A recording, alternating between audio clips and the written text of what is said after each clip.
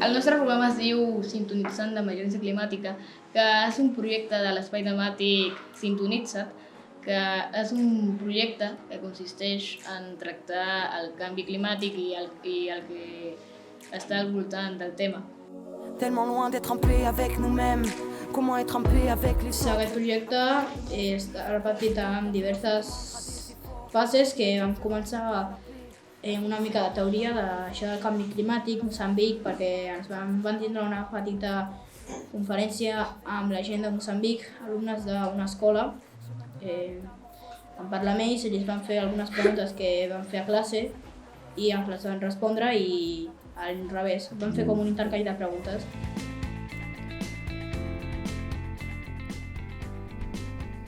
Per a aquesta primera secció del programa tenim un grup format per l'Artur, el Kilian, l'Ivan i l'Arnau.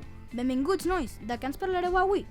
Jo no era la primera vegada que feia un programa de ràdio, llavors anava més tranquil, però vaig tindre també uns nervis de si fallava alguna cosa, una cosa així.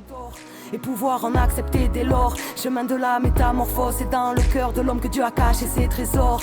À chacun sa couleur et ses forces. Quina és la diferència entre el concepte d'emergència climàtica i canvi climàtic?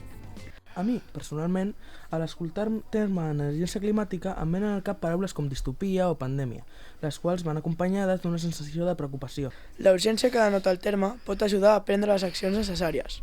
Si la paraula és emergència, em ve al cap que hem d'actuar amb molta rapidesa, ja que si no se'ns acabarà el temps i les conseqüències seran irreversibles. Crec que la ràdio pot transformar la societat de diferents maneres si escoltes i també hi participes en donar la teva atenció i el teu temps.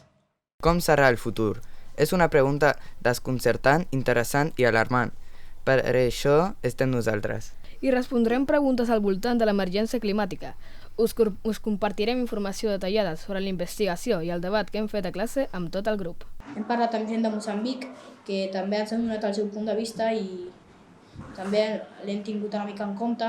Hem après moltes coses a Moçambic que són molt interessants.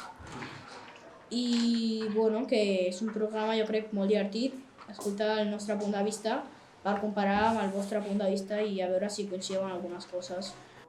Comme un souffle léger, une seule et même humanité et on est ensemble.